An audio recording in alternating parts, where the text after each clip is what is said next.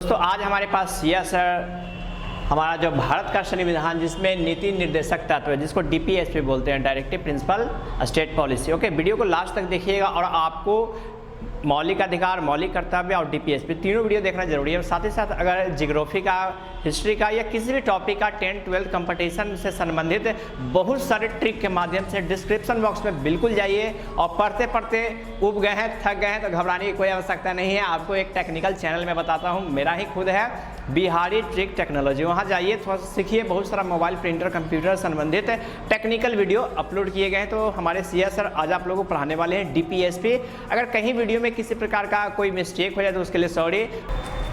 Good morning friends, आप सभी को बिहारी ट्रिक बबलू चैनल में स्वागत है। आज हम लोग बात करते हैं भारत के संविधान में हम लोग का पॉलिटिकल साइंस का आज दोस्तों दूसरा वीडियो है, जिसमें आज हम लोग देखते हैं, आज हम लोग बात करेंगे राज्य के नीति निर्देशक तत्व पे दोस्तों। हाँ दोस्तों, और आप लोग से एक छोटा सा रिक्वेस्ट है कि आप लोग इस चैनल को सब्सक्राइब करें और लाइक करें और इन सभी बातों को अपने नोटबुक में नोट करें और अपने दोस्तों को शेयर करें। देखिए दोस्तों, अब हम लोग देखते हैं कि राज्य का नीति निर्देशक का वर्णन संविधान के भाग कितना में है और अनुच्छेद कितना में है, जो देखते हैं दोस्तों।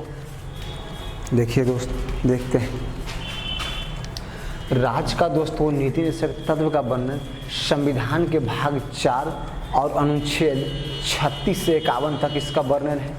राज्य के देखिए दोस्तों, संविधान के भाग 4 और अनुच्छेद दोस्तों 36 से 51 तक, 36 से 51 तक दोस्तों राज्य के नीति निर्देशक तत्व का वर्णन है। अब दोस्तों देखते हैं कि भारत के संविधान में से कहाँ से लिया गया है। तो देखिए दोस्तों, भारत के संविधान में से आयरलैंड के संविधान से लिया गया है दोस्तों। देखिए, आयरलैंड के संविधान से दोस्तों लिया गया है इसे। अब दोस्तों देखते हैं कि यह राज्य के लिए कैसा है, नकारात्मक है या सकारात्मक है, जो देखते हैं दोस्तों। देखिए, यह दोस्तों न्यायालय में प्रवर्तनीय नहीं है। इसे कहने का मतलब है दोस्तों कि जिस तरह से आपका मौलिक अधिकार का हनन होता था तो आप न्यायालय जा सकते थे, लेकिन दोस्तों आपका राज्य के नीति तत्व का जो अगर हनन होगा तो आप न्यायालय नहीं जा सकते हैं। यह न्यायालय में प्रवर्तनीय नहीं है। ठीक है दोस्तों, अब हम लोग आगे देखते हैं कि क्या है। अब दोस्तों देखते हैं, इसे लागू करने का अधिकार दोस्तों किसे, राज्य सरकार को है। देखिए दोस्तों, इसे लागू करने का अधिकार राज्य सरकार जो। अगर देखिए मौलिक अधिकार का दोस्तों जो अगर आपका कुछ अनुच्छेद है जो आपको अधिकार नहीं प्राप्त हो रहा है तो आपको सुप्रीम कोर्ट, न्यायालय क्या करेगी कि आपको लागू करवाएगी सरकार से। लेकिन दोस्तों ये है क्या, ये दोस्तों क्या है कि न्यायालय प्रवर्तनीय नहीं है। मतलब न्यायालय में इससे कोई संबंधित मुद्दा को लेकर आप नहीं जा सकते हैं न्यायालय में कि देखिए ऐसा हो गया या ऐसा हो गया। ठीक, अब दोस्तों हमको आगे बताते हैं आपको कि देखिए एक हमारे जो थे संविधान सलाहकार थे केटी शाह, जिन्होंने राज्य के निर्देशक तत्व को आलोचना करते हुए उन्होंने कहा है कि यह बैंक के द्वारा दिया गया ऐसा चेक है जिसका भुगतान बैंक खुद करता है। ठीक दोस्तों, इसका कहने का मतलब हुआ दोस्तों, यह ऐसा इसमें कानून बनाया गया है कि राज्य अपने तो बना है लेकिन खुद अपने लिए बना है, उसका उपयोग खुद करता है। जैसे दोस्तों देखिए, राज्य को जब जब आवश्यकता पड़ती है, लगता है कि अनुच्छेद इतना को हम लागू करें, तो खुद अपने से कर लेती है दोस्तों। इसके लिए आपको न्यायालय वाले नहीं जा सकते हैं कि न्यायालय में आप जाकर ये नहीं कह सकते हैं कि आप ये मेरा अधिकार है, कुछ भी आपको हम आगे बताते हैं क्या है जो आप जाके ऐसा नहीं कह सकते हैं न्यायालय में कि आप इसको लागू करिए। जो अगर राज्य सरकार की मन होगी तो वो लागू करेगी। जैसे दोस्तों बिहार में शराबबंदी, मद्य निषेध पर प्रतिबंध दोस्तों, इसके लिए दोस्तों हम लोग सरकार को नहीं कह सकते हैं कि आप दारू को बंद कीजिए, ऐसा नहीं कर सकते हैं। या आप ये भी नहीं कह सकते हैं कि चालू कीजिए, इसके लिए आप न्यायालय में नहीं जा सकते हैं। वो सरकार की मर्जी पे है दोस्तों, वो बंद करे या चालू करे वो खुद ही समझे। ठीक है दोस्तों, अब दोस्तों हम लोग देखते हैं कि राज्य के नीति निषेध तत्व को 3 भागों में बांटा गया है दोस्तों। एक है समाजवादी, दूसरा है दोस्तों गांधीवादी और तीसरा है दोस्तों उदारवादी। तो अब दोस्तों देखते हैं कि गांधीवाद क्या होता है। देखिए दोस्तों, वादी का मतलब होता है विचारधारा, जैसे किसी का भी विचारधारा उसको वादी का दोस्तों ये हो गया वादी। वादी का मतलब दोस्तों होता है विचारधारा, इसे गांधी में जोड़ दिए दोस्तों तो हो गया गांधीवाद को जोड़ दिया था गांधी की विचारधारा। अब दोस्तों समाज में जोड़ दिए वादी तो समाज के विचारधारा, जो समाज की विचार होती है वही हो गए दोस्तों समाजवादी गांधीवादी। इन तीनों भाग के माध्यम से दोस्तों इन सभी राज्य के निषेध तत्व को अनुच्छेदों को पढ़ते हैं। ठीक दोस्तों, तब हम लोग देखते हैं कि राज्य के नीति निषेध तत्व के एक एक करके अनुच्छेदों में कि कौन सा अनुच्छेद में क्या है क्या नहीं है दोस्तों, उन सभी बातों को समझते हैं। देखिए दोस्तों, इस तरह के वीडियो पाने के लिए आप इस चैनल को सब्सक्राइब करें, लाइक करें और अपने दोस्तों को शेयर करें। और किसी तरह की समस्याएं या प्रश्न हो तो आप कमेंट करके पूछें। तो हम लोग देखते हैं कि अनुच्छेद, अब दोस्तों हम लोग ने देख लिए थे गांधीवाद, समाजवाद, गांधीवाद, उदारवाद, इन सभी को दोस्तों इन सभी अनुच्छेदों में समाहित किया गया है दोस्तों। तो अब हम लोग देखते हैं अनुच्छेद 36 में दोस्तों क्या है। देखिए दोस्तों, आपका यह है आपका अनुच्छेद 36। अनुच्छेद 36 में दोस्तों राज्य का परिभाषा दिया गया है। जो आपका राज्य का परिभाषा हम मौलिक अधिकार का पहला वीडियो है दोस्तों, जिसमें हम आपको बता दिए हैं कि राज्य क्या होती है। राज्य होने के लिए किसी भी क्षेत्र को किन किन चीज़ों की आवश्यकता पड़ती है दोस्तों, तो 4 चीज़ है आपका जनसंख्या, पहला जनसंख्या, दूसरा क्षेत्रफल दोस्तों, संप्रभुता और शासन। इन 4 चीज़ों को होना बहुत आवश्यकता है दोस्तों, बहुत अवश्य है दोस्तों किसी भी क्षेत्र को राज्य कहलाने के लिए। अब दोस्तों हम लोग आते हैं अनुच्छेद 37 में आते हैं दोस्तों कि 37 में क्या है। तो दोस्तों 37 में राज्य के नीति निषेध तत्व, अनुच्छेद 37 में यह कहा गया है दोस्तों कि राज्य के नीति निषेध तत्व यह न्यायालय में प्रवर्तनीय नहीं है। ठीक है दोस्तों, अनुच्छेद 37 में यह कहा गया है कि राज्य के नीति निषेध तत्व यह न्यायालय में प्रवर्तनीय नहीं है। अब दोस्तों हम लोग देखते हैं अनुच्छेद 38। अनुच्छेद 38 में क्या है दोस्तों, तो अनुच्छेद 38 में सामाजिक, आर्थिक, राजनीतिक न्याय का बात कहा गया है दोस्तों। अनुच्छेद 38 में कहा गया है कि सामाजिक, आर्थिक, राजनीतिक न्याय का बात किया गया है दोस्तों अनुच्छेद 38 में। अब हम लोग देखते हैं दोस्तों अनुच्छेद 39 को कि अनुच्छेद 39 में क्या है। देखिए दोस्तों, अनुच्छेद 39 में क्या कहा गया है कि संसाधनों का उचित वितरण। तो कहने का मतलब है दोस्तों कि संसाधनों का उचित वितरण का मतलब है दोस्तों कि सरकार ऐसी व्यवस्था करे कि सभी लोगों के पास दोस्तों उचित क्या हो संसाधन हो, सभी लोगों के पास दोस्तों उचित संसाधन हो। जैसे ऐसा नहीं होना चाहिए दोस्तों कि किसी के पास ही बहुत सारा धन संपत्ति हो और किसी के पास नहीं हो। नहीं, ऐसा सरकार क्या करे दोस्तों, ऐसी व्यवस्था को बनाए कि सभी के पास क्या हो संसाधन समान हो दोस्तों। अनुच्छेद 39 में कहा गया दोस्तों कि संसाधनों का उचित वितरण करे। सरकार ऐसी व्यवस्था करे दोस्तों जिसमें कहो कि सभी लोगों को संसाधनों का उचित वितरण करें। किसी एक के पास बहुत सारे संसाधन नहीं हो, सभी के पास होने चाहिए, सरकार ऐसी व्यवस्था करे, यह कहा गया। हाँ दोस्तों, एक बात और आप लोग सुन लीजिए कि राज्य का जो नीति निषेध तत्व का दोस्तों बनाने का मतलब उद्देश्य क्या था कि हमारे जो संविधान निर्माता थे उनका कहना था दोस्तों कि राज्य किस तरह से मतलब चलाए अपने संसाधन को, यह बात को बताती है दोस्तों। और राज्य को यह कहा गया है, मतलब राज्य को यह भी निर्देश दिया गया है दोस्तों कि वह अपने संसाधनों के मतलब अपनी व्यवस्थाओं के हिसाब से इन सभी अनुच्छेदों को लागू करे। ये नहीं कि वो सभी अनुच्छेद को लागू ही करे। ठीक है दोस्तों, अब हम लोग देखते हैं अनुच्छेद 39 क को। हाँ दोस्तों, एक बात और, इसी में यह भी कहा गया है, अनुच्छेद 39 में ही कहा गया है कि समान नागरिक के लिए दोस्तों समान वेतन का प्रावधान। इसी में कहा गया है कि समान कार्य के लिए समान वेतन का प्रावधान दोस्तों इसी में कहा गया है अनुच्छेद 39 में दोस्तों कि समान कार्य के लिए समान वेतन। अब दोस्तों हम लोग देखते हैं 39 क में दोस्तों समान अवसर के आधार पर न्याय। दोस्तों कह रहा है समान अवसर के आधार पर न्याय। 39 कहता है दोस्तों कि समान अवसर के आधार पर न्याय। ठीक, अब दोस्तों हम लोग देखते हैं अनुच्छेद 40 को देखते हैं कि अनुच्छेद 40 में क्या है। अनुच्छेद 40 में दोस्तों ग्राम पंचायत के बारे में कहा गया है। ग्राम पंचायत के बारे में कहा गया दोस्तों अनुच्छेद 40 में ग्राम पंचायत का वर्णन है। दोस्तों देखिए ग्राम पंचायत का वर्णन है।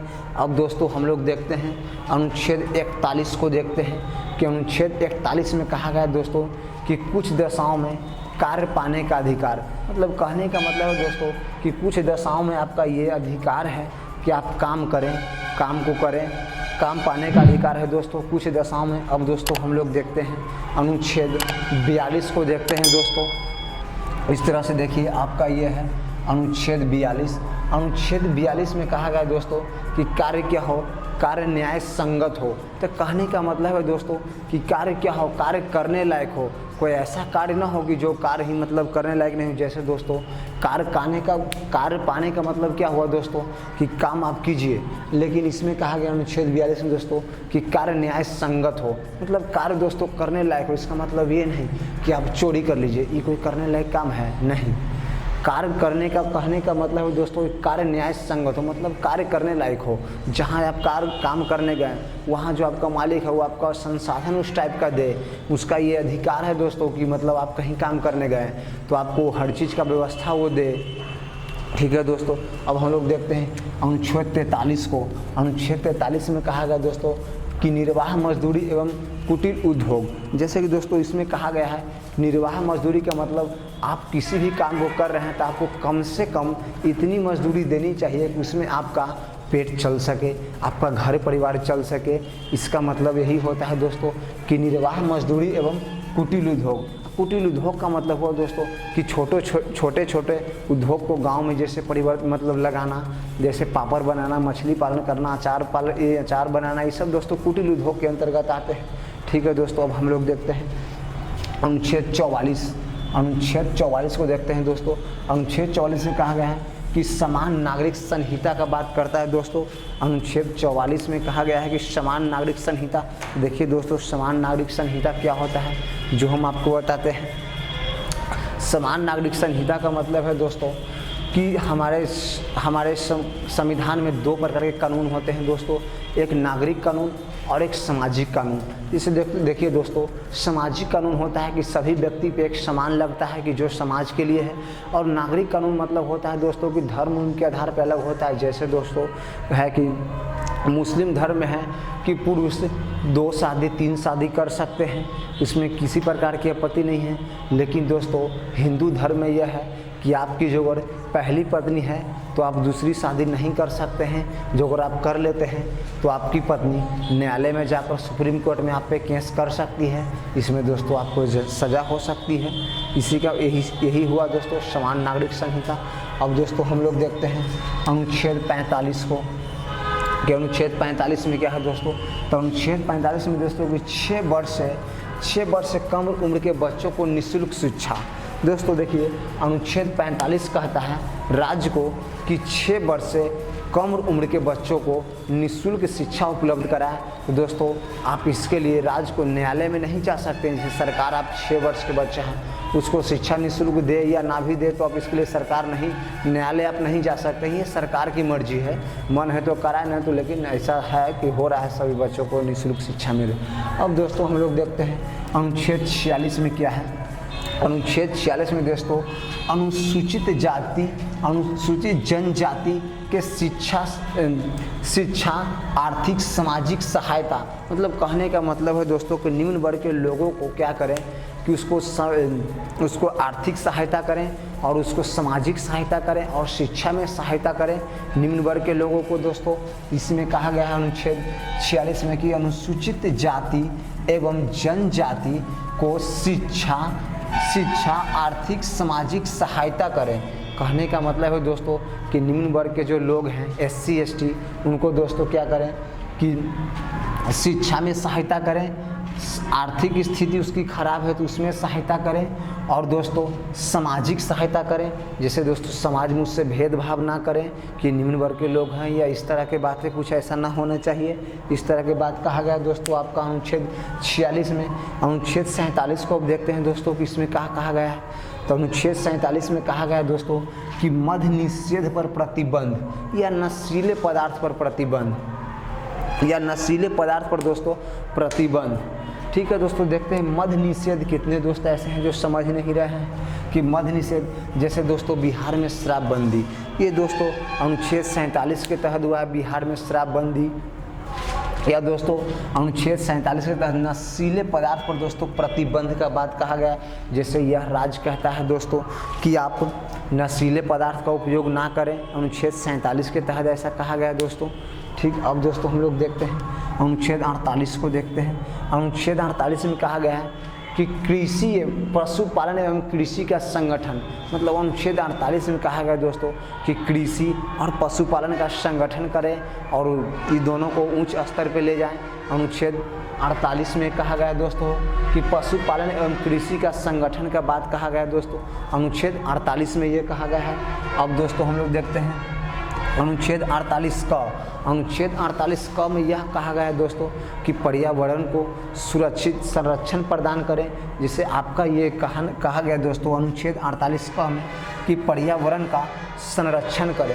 इसे कहने का मतलब है दोस्तों कि आप ऐसा नहीं करें कि पर्यावरण, आपको ऐसा काम नहीं करें कि जिससे पर्यावरण पे काफ़ी मात्रा में प्रभाव पड़े। इस बात को कहा गया दोस्तों 48 क में कहा गया। अब दोस्तों हम लोग देखते हैं 49, अनुच्छेद 49 दोस्तों, इसमें क्या कहा गया है? अनुच्छेद 49 में यह कहा गया है दोस्तों, यह कहा गया है कि राष्ट्रीय स्मारकों का संरक्षण करें। जैसे दोस्तों राष्ट्रीय स्मारकों का मतलब हुआ, जैसे दोस्तों जैसे आपका नालंदा विश्वविद्यालय दोस्तों, ये आपका दोस्तों ये आपका राष्ट्रीय स्मारक हो गए। जैसे गया में दोस्तों बौद्ध मंदिर, जैसे आपका हो गया चिड़ियाघर, ये सब इस प्रकार का एक राष्ट्रीय स्मारक है दोस्तों। इन सभी का संरक्षण करें, इसका तोड़ फोड़ ना करें, यह बात कहा गया है दोस्तों अनुच्छेद आपका 48 क में कहा गया। अब दोस्तों हम लोग देखते हैं, नहीं आपका कहा गया दोस्तों 49 में, अनुच्छेद 49 में कहा गया दोस्तों कि राष्ट्रीय स्मारकों का संरक्षण करें, उसे संरक्षण प्रदान करें, उसे अच्छी तरह से देख रेख करें, यह बात कहा गया दोस्तों। हाँ दोस्तों, आप लोग से एक छोटा सा रिक्वेस्ट है कि आप इस चैनल को सब्सक्राइब करें और लाइक करें, अपने दोस्तों को शेयर करें और इस तरह के वीडियो पाने के लिए इस चैनल को फॉलो करें। और दोस्तों आप लोग साथ में नोटबुक को लेकर साथ में बैठें और इन सभी बातों को नोटबुक में नोट करें। ठीक है दोस्तों, अब हम लोग देखते हैं टेलीग्राम, मतलब पता बोलते कि अगर नोट्स पाना चाहते हैं टेलीग्राम पर फॉलो करें। टेलीग्राम चैनल का नाम है बिहारी ट्रिक बबलू, और पढ़ते पढ़ते थक गए हैं तो बिहारी ट्रिक टेक्नोलॉजी पे। हाँ दोस्तों आप लोग के लिए एक सुविधा और है कि जो अगर आप लोग इसका नोट्स लेना चाहते हैं या कुछ आप टेक्निकल वीडियो देखना चाहते हैं तो बिहारी ट्रिक बबलू टेलीग्राम पे जाके आप लोग सर्च मारें और वहाँ से इसका PDF भी ले सकते हैं आप। ठीक है दोस्तों, अब हम लोग देखते हैं अनुच्छेद 50 को देखते हैं दोस्तों कि अनुच्छेद 50 में क्या है। तो अनुच्छेद 50 में दोस्तों कार्यपालिका को न्यायपालिका से अलग किया गया है दोस्तों। अनुच्छेद 50 में दोस्तों देखिए कार्यपालिका को न्यायपालिका से अलग किया गया है। अब दोस्तों हम लोग देखते हैं अनुच्छेद 51 को कि अनुच्छेद 51 में क्या कहा गया है। जो आपको देखिए अनुच्छेद 51 में कहा गया है दोस्तों कि अंतर्राष्ट्रीय शांति बनाए रखें। मतलब दोस्तों कहा गया कि देश विदेश से लड़ाई झगड़ा ना करें, अंतर्राष्ट्रीय शांति बनाए रखें। अनुच्छेद 51 में यह कहा गया दोस्तों। हाँ दोस्तों, लेकिन इन सभी बातों को एक बार हम जल्द में ही दोस्तों एक बार फिर से हम रिकॉल कर देते हैं इन सभी बातों को। ठीक है दोस्तों, तो देखिए आज हम लोग बात कर रहे थे भारत के संविधान में राज्य के नीतिशक तत्व पे दोस्तों। तो देखिए राज्य का नीतिशक तत्व संविधान के भाग 4 और अनुच्छेद 36 से 51 तक दोस्तों इसका वर्णन है। इसे आयरलैंड के संविधान से लिया गया है दोस्तों। यह राज्य के लिए सकारात्मक है दोस्तों, यह राज्य के लिए सकारात्मक है दोस्तों। इसे लागू करने का अधिकार राज्य सरकार को है दोस्तों। अब हम लोग देखते हैं दोस्तों कि एक KT शाह हैं जो हमारे संविधान सलाहकार थे, जिन्होंने कहा है कि यह एक ऐसा चेक है जो बैंक खुद इसका भुगतान करता है दोस्तों, जो कहे हैं। और दोस्तों देखिए राज्य के नीतिशक तत्व को 3 भागों में बांटा गया है।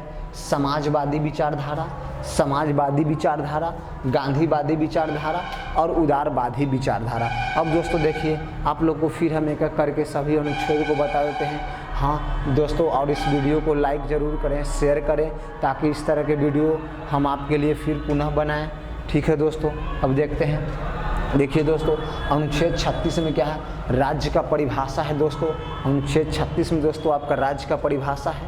अनुच्छेद 37 में है दोस्तों कि यह न्यायालय में प्रवर्तनीय नहीं है दोस्तों, कि आप जो इस तरह का इसमें किसी प्रकार की समस्या आता है तब उसके लिए आप न्यायालय नहीं जा सकते हैं दोस्तों। ठीक, अब देखते हैं हम लोग अनुच्छेद 38 को देखते हैं दोस्तों, जिसमें कहा गया है कि सामाजिक, आर्थिक और राजनीतिक न्याय का बात कहा गया है दोस्तों। इसमें अनुच्छेद 38 में कहा गया है कि सामाजिक आर्थिक न्याय का बात कहा गया है दोस्तों। अब हम लोग देखते हैं अनुच्छेद 39 को देखते हैं दोस्तों। अनुच्छेद 39 में कहा गया है कि संसाधनों का उचित वितरण कहा गया है दोस्तों। अनुच्छेद 39 में है दोस्तों सामाजिक ये संसाधनों का उचित वितरण का बात कहा गया दोस्तों। और इसी में कहा गया दोस्तों, और इसी में है कि समान कार्य के लिए समान वेतन का वर्णन है दोस्तों। अब दोस्तों देखिए, हम लोग देखते हैं 39 क में क्या है दोस्तों कि समान अवसर के आधार पर न्याय, समान अवसर के आधार पर न्याय का बात कहा गया दोस्तों 39 क में। अब देखते हैं 40 में दोस्तों ग्राम पंचायत का वर्णन है दोस्तों। आपको अनुच्छेद 41 में है कि कुछ दशाओं में कार्य पाने की अधिकार है दोस्तों। जैसे आपका बुढ़ापा हो, बेरोजगारी हो, तो आपका ये अधिकार है कि आप काम पा सकते हैं। ठीक, अनुच्छेद 41 में कहा गया दोस्तों। अब हम लोग देखते हैं अनुच्छेद 42-43 को देखते हैं। अनुच्छेद 42 में कहा गया दोस्तों कि कार्य क्या हो, कार्य न्याय संगत हो। मतलब कहने का मतलब दोस्तों कि वो ऐसा काम हो कि करने लायक हो, उससे आपका वो ऐसा काम कीजिए कि जिससे आपको किसी प्रकार का नुकसान ना हो, वहाँ कार्य करने का, जहाँ कार्य करने की सुविधा हो, जो कहा गया दोस्तों अनुच्छेद 42 में। अनुच्छेद 43 में कहा गया दोस्तों कि निर्वाह मजदूरी एवं कुटीर उद्योग। मतलब कहने का मतलब है दोस्तों कि आपको कम से कम इतनी मजदूरी मिलनी चाहिए कि जिसमें आपका घर परिवार चलना चाहिए। और इसी में कहा गया है कि छोटे छोटे कुटीर उद्योगों का विकास हो, जैसे पापड़ बनाना, मछली पालन, अचार, ये सब दोस्तों, ये सब छोटी छोटी कुटीर उद्योग का ही अंतर्गत आते हैं। अब दोस्तों हम लोग देखते हैं अनुच्छेद 44 की समान नागरिक संहिता है दोस्तों। अनुच्छेद 44 में समान नागरिक संहिता का बात किया गया है। अब हम लोग देखते हैं दोस्तों अनुच्छेद 45 को। अनुच्छेद 45 में दोस्तों को 6 वर्ष से कम उम्र के बच्चों को निःशुल्क शिक्षा का प्रावधान किया गया है दोस्तों। अब देखते हैं अनुच्छेद 46 को। अनुच्छेद 46 में दोस्तों कि अनुसूचित जाति एवं जनजाति को आर्थिक, सामाजिक और शिक्षा में सहायता करने का बात कहा गया है दोस्तों आपका अनुच्छेद 46 में। अब हम लोग देखते हैं दोस्तों अनुच्छेद 47 को। अनुच्छेद 47 में कहा गया कि मद्य निषेध पर प्रतिबंध दोस्तों, जैसे आपका शराबबंदी, ये दोस्तों मद्य निषेध प्रतिबंध है। जैसे आपका नशीले पदार्थों पे रोक लगाना, ये दोस्तों आपका अनुच्छेद 47 के तहत हुआ। जैसे बिहार में शराबबंदी है दोस्तों, ये आपका अनुच्छेद 47 के तहत हुआ है। अब हम लोग दोस्तों आते हैं अनुच्छेद 48 पे आते हैं। अनुच्छेद 48 में कहा गया दोस्तों कि पशुपालन एवं कृषि का संगठन, मतलब कहा गया दोस्तों कि पशुपालन और कृषि का संगठन कीजिए और इसका भौतिक रूप से इसका विकास कीजिए, जो कहा गया अनुच्छेद 48 में दोस्तों। 48 क में कहा गया है कि पर्यावरण का संरक्षण करें दोस्तों। मतलब अनुच्छेद 48 में आपको यह कहा गया है कि पर्यावरण को सुरक्षित रखिए, आप इधर उधर ज़्यादा पर्यावरण खराब मत कीजिए। अब दोस्तों हम लोग देखते हैं अनुच्छेद 49 को। अनुच्छेद 49 में कहा गया दोस्तों कि अंतर्राष्ट्रीय स्मारकों का संरक्षण प्रदान करें। तो आपको हम लोग दोस्तों बता दिए हैं कि अंतर्राष्ट्रीय स्मारक क्या है। अब हम लोग देखते हैं अनुच्छेद 50। अनुच्छेद 50 में दोस्तों कि कार्यपालिका को न्यायपालिका से अलग करता है दोस्तों, अनुच्छेद 50। अब हम लोग देखते हैं दोस्तों अनुच्छेद 51 को। अनुच्छेद 51 में यह कहा गया दोस्तों कि अंतर्राष्ट्रीय शांति बनाए रखें। अंतर्राष्ट्रीय शांति बनाए रखने का बात करता है दोस्तों आपका अनुच्छेद 50। अनुच्छेद 50 दोस्तों आपका अंतर्राष्ट्रीय शांति बनाए रखने का बात करता है दोस्तों। तो इस तरह से दोस्तों हमने आपको राज्य के निर्देशक तत्व को सभी बातों को बता दी। हाँ दोस्तों, आप लोग ये बात भी जान लें, कहीं कहीं इन्हें DPSP भी कहा जाता है दोस्तों। आप लोग ये बात को देख लीजिए कि DPSP भी कहा जाता है राज्य के निर्देशक तत्व को। तो दोस्तों इस तरह से हमने राज्य के निर्देशक तत्व के से संबंधित सारी प्रश्न पे हम लोगों ने बात कर लिया है दोस्तों। इस तरह से हम अपने वीडियो को समाप्त करते हैं। जय हिंद दोस्तों। कमेंट कीजिए, लाइक कीजिए, शेयर कीजिए, पूरा जितने भी विद्यार्थी गण इनको शेयर कर दीजिए ताकि वो लोग भी अपडेट हो जाएं और इस चैनल पर कंटिन्यू बने रहिए। प्रतिदिन वीडियो अपलोड किए जाते हैं, नोटिफिकेशन ऑन कर लीजिएगा और नोटिफिकेशन नहीं भी आए तब भी इस चैनल पर रेगुलर विजिट कीजिए, क्योंकि यूट्यूब की पॉलिसी आजकल आप लोग जानते हैं कि हम कितना ही वीडियो क्यों ना डाल दें, वो नोटिफिकेशन बहुत कम पर ही सेंड करता है। ओके, तो शुरू करते हैं।